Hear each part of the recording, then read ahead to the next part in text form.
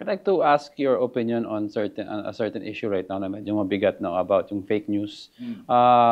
May mga nagsasabi from the Tricommune Committee to the implementation of a regulatory council that will govern over mga social media vloggers, influencers. May another school of thought na sinasabi, wag.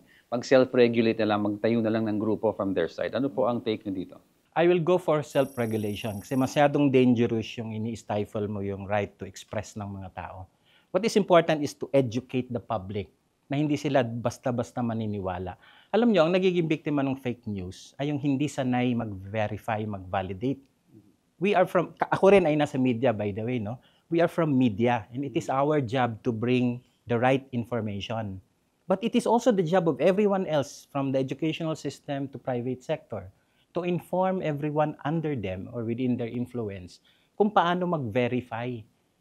It is more about education and self-regulation.